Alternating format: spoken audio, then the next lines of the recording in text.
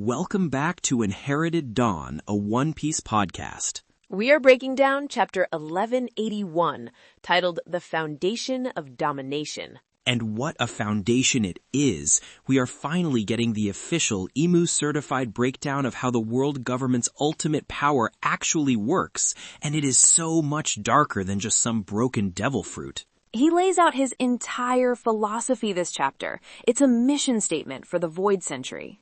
It really is. Honestly, if you want to be here for the moment we finally unravel what he did to Joy Boy 1,000 years ago, you should probably just make sure you're subscribed. We're getting closer every week. We start right back where we left off. Loki and Imu face to face. But it's not just a fight. Loki is interrogating him. Yeah, he's thinking back to his ancestor, Harald, and brings up something huge. Giants are supposed to live to be 300. Harald was only 144. He died way too young. It's more than just young, Franky. It's a fundamental violation of their biology. We've seen with Dory and Broggy that giants can endure for centuries, even with grievous wounds. For Harald to die at less than half his natural lifespan implies something unnatural, a disease or a poison or a curse. It's an assassination is what it is. That's what Loki is saying. He's looking at Imu, this figure who demands servitude, and he's connecting the dots back through his own family history. He's realizing the alliance Elbaph had with the world government wasn't a partnership. It was a slow, creeping infection. And Loki connects it directly to Imu. He says hearing Imu call him a servant made him realize that Imu must have manipulated Harald, must have been the one to kill him.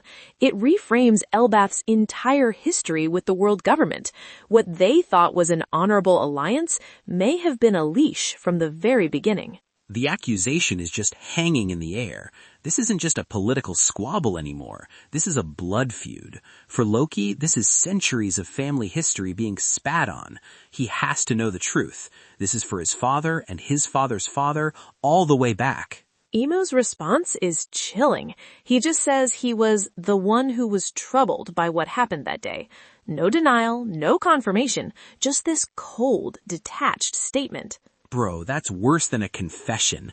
Troubled? Like it was an inconvenience for him? Like killing the king of the giants was a messy piece of paperwork he had to deal with? The sheer arrogance is off the charts. He's not even giving Loki the respect of a straight answer.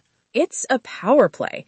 He's communicating that Harald's life and death were so insignificant to him that the only memorable part was his own mild annoyance.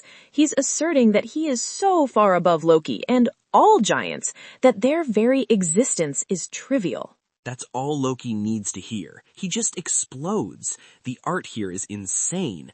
Oda just lets loose. He channels lightning into his hammer, Ragnir, and calls the attack Ragnaizuchi. It feels like the sky itself is coming down on Imu's head. He screams at him, demanding to know what he did. The name itself is significant. Ragna from Ragnarok, the end of the world in Norse mythology, and Izuchi referencing a powerful lightning strike. This is Loki trying to bring about the end of Imu's world. It's the ultimate expression of a giant's fury. And the impact is just immense. You can feel the weight of it, the history, the anger, all in one swing. This is the kind of attack that would have made Kaido in his dragon form think twice. And for the first time, we see Imu's power head on. He conjures up something he calls an omen. It's this massive something. It's not hockey as we know it. It's not a logia element. It's just this void of energy, like a hole in reality. It almost seems to be absorbing the light around it. Pure, featureless black. And he meets Loki's lightning-infused hammer blow for blow. And that nature of it is key. It's not black lightning like Advanced Conqueror's hockey. It's not smoke or darkness like a logia. It feels like a silent, consuming void. It doesn't clash with the lightning. It feels more like it's swallowing it. And the impact? It's not your typical hockey-on-hockey explosion. The shockwave is so massive, it's felt across all of Elbaph. Everyone on the island must have stopped in their tracks. This isn't just two emperors clashing. This is on another level entirely. This feels like the world itself is breaking. You can see it on Loki's face. total disbelief. He just put everything into that swing, the kind of attack that could level an island, and Imu just caught it. He has no category for what he's seeing. He yells out, "What is your power?" It's the same question I've been asking for years. What are you? Devil fruit user? Ancient weapon? Something else? And Loki is just screaming it right in his face. He's asking the question on my mind right now. Imu doesn't answer with words. He answers with a demonstration. He summons another Omen, but this time he absorbs it into himself. And he just grows. He swells up, the void-like energy wrapping around him and expanding his form until he's matching Loki's size. He becomes a giant himself. The disrespect is unbelievable. It's like Imu saying, your greatest defining trait, the very thing that makes you a giant of Elbaph, the source of all your pride. I can do that. It's a party trick. It's a profound psychological attack. He isn't just matching Loki's strength, he's stealing his identity. He's trivializing what it means to be a giant. It suggests his power isn't about transforming into a specific thing, like a Zoan, but about becoming whatever he needs to be to assert his superiority.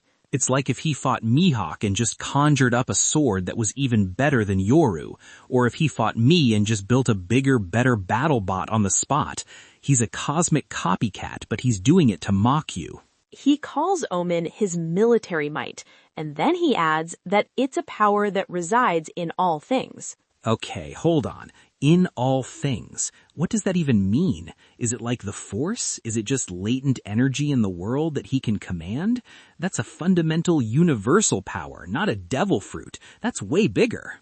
It could be connected to the very concept of life force or spirit. Think about the voice of all things. That's the ability to hear the silent will of inanimate objects and animals. What if Imu's power is the inverse of that? Instead of listening, he commands. He doesn't hear the will of all things. He imposes his will upon all things. So he's not just drawing on ambient energy. He's commanding the energy within the rocks, the trees, the air itself, and bending it to his will. That's why he said it's his military might. The entire world is his army. It could also be from the people around him, from their desires, their fears. He's at the center of the world, the nexus of all ambition and conflict. Perhaps he can draw on that collective emotional energy. He blocks another of Loki's swings, but this time he doesn't just stand there. He's so fast, even at that size. It's like Kizaru-level speed, but in a giant's body. It makes no sense. He leaps over Loki and black flames erupt from his staff, forming a blade. And these don't feel like normal flames. There's something about them. They almost seem to burn reality itself. It's another aspect of this void-like energy. He calls it the Sword of Judgement, Nemesis. What a name! He's not just trying to kill Loki, he's passing a sentence on him. Nemesis was the Greek goddess of divine retribution, the entity who punished mortals for hubris. By naming his weapon that, Imu is casting himself as a god and Loki as a mortal who has dared to defy the divine order. It's the height of celestial arrogance. And he just runs Loki through. A clean shot, straight through the chest. It's brutal. The moment is silent, just the image of the black flame sword going right through the Prince of Elbaph. Loki just collapses. But he's a giant. He's the Prince of Elbaph. He gets back up, pulling himself together, the wound smoking with that strange black fire. And that's when Imu starts to explain.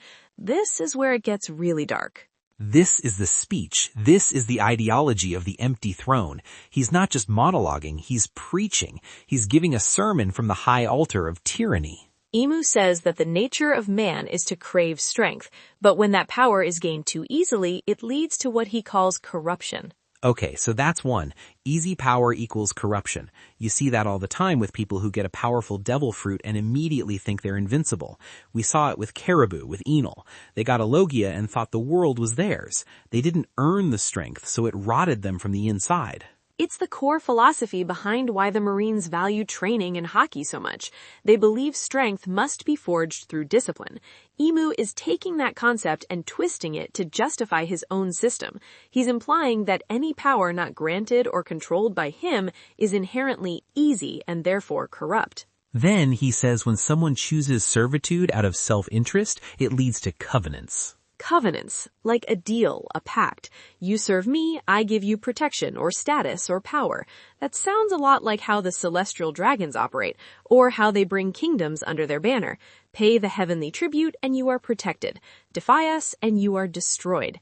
The entire world government is a system of covenants. It's the Shichibukai system. The whole deal was serve us and we'll let you keep being a pirate. It's Doflamingo's entire business model in the underworld. He made deals, he formed pacts, and he controlled everyone through those covenants. Imu isn't just describing his power, he's describing the last 800 years of global politics. And finally, he says the envy of one who seeks to achieve their goal is the power of Omen. So Omen isn't just a substance, it's the physical manifestation of envy, of wanting what someone else has, the desire to take, to possess, to be something you're not. Is that why he could become a giant? He was literally weaponizing the concept of envy to match Loki's form. It seems like it. He didn't just copy Loki's size, he manifested the desire to have that size. It's a power fueled by a negative emotion. Think of how many conflicts in this world are driven by envy. Envy of territory, of power, of a title. Blackbeard's envy for Whitebeard's power and status comes to mind. Imu has found a way to harness that fundamental human flaw. That is so twisted. He's literally fighting with the power of jealousy. Bro, that's the most devious thing I've ever heard. And then he brings it all together. Corruption, covenants, and omen. Those three things, he says, are the foundation for the power of domination. Domination. So that's the name of his power. Not the Yami Yami no Mi, not the Sora Sora no Mi, just domination. It's not just a devil fruit. It's a philosophical framework for control, and he's manifested it as a literal power. He has codified tyranny. He's taken the ugliest parts of the human spirit, laziness, greed, and envy, and made them the pillars of his strength. He is powerful because the world is flawed, and he has made himself the master of those flaws. That's so much more terrifying than just being strong. He's weaponized the worst parts of human nature. He's not just ruling the world, he's justifying it on a fundamental level. He believes this is the natural order of things. He thinks people deserve to be dominated because they are inherently corrupt, greedy, and envious. As he's explaining this, he hits Loki with another blast of black flames, point blank. Loki stumbles back, and Imu makes him an offer. The power of a god. He offers it to Loki to surpass everyone else. It's the ultimate covenant. Serve me and I will give you what you crave. Bow your head and you can have the strength to crush all your rivals. It's a test. He's seeing if Loki can be broken, if his pride can be turned into a tool of Imu's domination. He's trying to prove his own philosophy right there on the battlefield. He wants Loki to become the ultimate example of a covenant, to choose servitude for the sake of power. But this is the Prince of Elbaph we're talking about, the land of warriors and pride. This is the home of Dory and Brogi, who fought for 100 years over a matter of honor. There's no way he takes that deal. Loki just rejects it outright. He swings Ragnar down again, but Imu is too fast. He just sidesteps it. Loki is clearly exhausted. He has to sit down for a moment. The wound from Nemesis is clearly taking its toll, and he says something incredible. He says the power Imu is offering, this strength of a god, looks a lot more like forming a pact with the devil. That's the line right there. That's the whole story of One Piece in a single sentence. What the world government calls divine right and justice is really just a devil's bargain. The D's are the natural enemies of God, but what if the gods, the celestial dragons, are actually the devils? It calls everything into question, the very nature of devil fruits, the idea of the celestial dragons as gods. It's Loki cutting through 800 years of propaganda and stating the simple truth. And Imu's reply? There is no difference between the two. Chills. Just absolute chills. To him, God, devil, it doesn't matter. Those are just words, titles that people use to categorize power. All that matters is who is on top, who has the power of domination. It's a completely nihilistic worldview. Good, evil, divine, demonic, they are irrelevant concepts to him. There is only the ruler and the ruled. Loki gets back up. Man, the heart of this giant. He reaffirms that no one will ever be his master. He's ready to go again. Pure warrior spirit. That's the pride of Elbaph, right there on the page. But Imu interrupts him. He says that domination is the only true bliss in the world. And as he says it, his mind drifts. You can see a haze come over Imu's eyes. We get a flash. It's just a brief moment. He's thinking back to a conversation he had with someone else. Someone from a long, long time ago. The background is hazy, but it looks like it could be the ancient kingdom. And the person he's talking to is silhouetted, but they have a very familiar grin. And in his anger in the present, he calls out his name. Joy Boy. He says Joy Boy's name out loud, full of rage. That conversation, whatever it was, is clearly the source of all this. This entire philosophy of domination, this 800-year reign of terror, it's all a reaction to a conversation he had with one man. The entire conflict of the last 800 years might hinge on a single disagreement. Imu's worldview is so absolute, it seems he cannot tolerate a competing philosophy. Joy Boy must have represented an idea so antithetical to domination that Imu has spent centuries trying to erase it from existence. What could Joy Boy have possibly said to him to create a grudge that lasts for centuries? It had to be about the nature of freedom versus domination, right? It had to be. Joy Boy probably offered him friendship, told him a joke, and offered to throw a party with him, and Imu's brain just broke. It seems like the most likely possibility, the ultimate philosophical clash, freedom versus control, joy versus misery. And we cut from that flashback to Luffy. Of course we do. What a transition. We go from the secret history of the world, the origin of all evil, to our captain stuffing his face with giant food. It's perfect tonal whiplash. Luffy is in the school and he's shaken. He can feel Imu's haki, even from that distance. He's not laughing. His expression is serious. He knows what's going on. He knows a truly terrifying presence has arrived. And he knows he can't win on an empty stomach. Classic Luffy. The world is ending outside and he's just like, more meat. But it's not a joke. It's his strategy. He's refueling Gear 5th. We saw how much it drained him against Kaido and Lucci. He's getting ready to jump back in and he needs to be at 110%. He understands the gravity of the situation. He just has a very direct, biological way of dealing with it. His power is directly tied to his life force, his energy, and food is the fuel for that fire. Back outside, Inu is still lost in his memory of Joy Boy. That anger, that distraction, gives Loki the opening he's been waiting for. A momentary lapse in focus is all it takes at this level of combat. For an instant, Imu isn't fighting Loki. He's back in the Void Century, arguing with Joy Boy. And Loki makes him pay for it. He says he doesn't respect Imu enough to allow him to be distracted during their fight. What a line. That is the most badass thing I've read all year. It's pure honor. He's basically saying, you will give me your full attention as I defeat you. Super. Then he smacks him with Ragnir and sends him flying into the giant atom tree. It's the first real solid hit anyone has landed on Imu in this fight. He drew blood, so to speak. It's a powerful blow, and you can tell he's been damaged. And Loki's not done. He knows he has to end this now. He transforms. His body starts to warp, scales appearing, his form becoming longer, more serpentine. He goes into his full beast form. We don't get a full look, but it's clear this is his awakened state.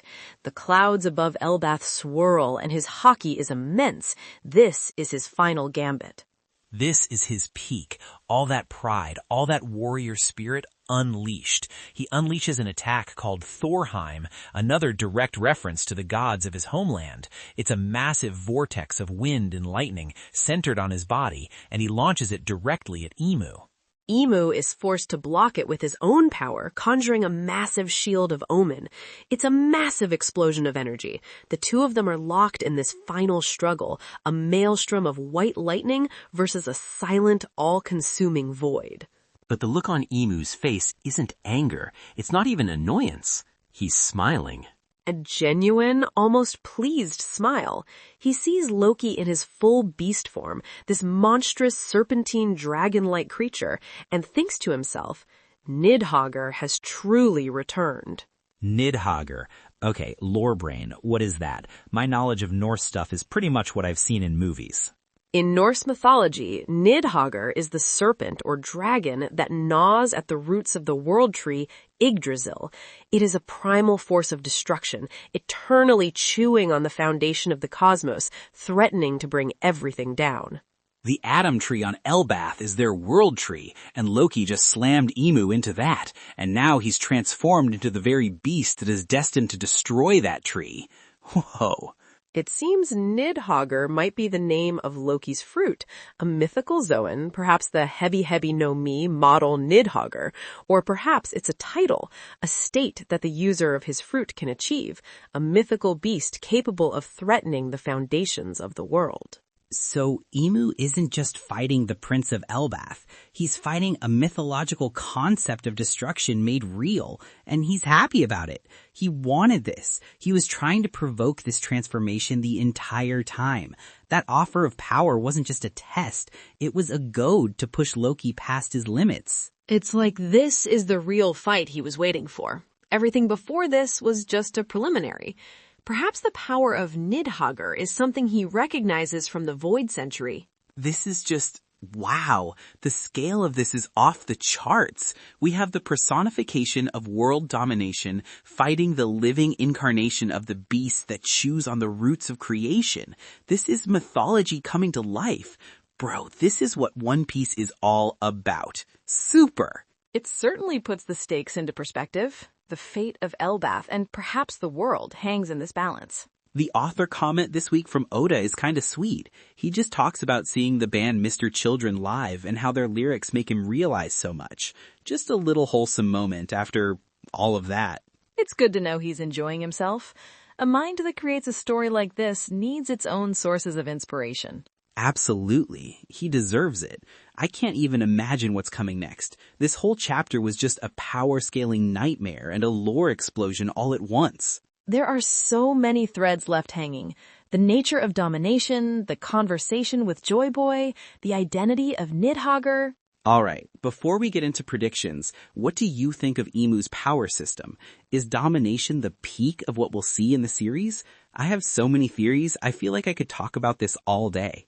I have a feeling it's not the only one of its kind, but let's save that for predictions. What do you have, Franky?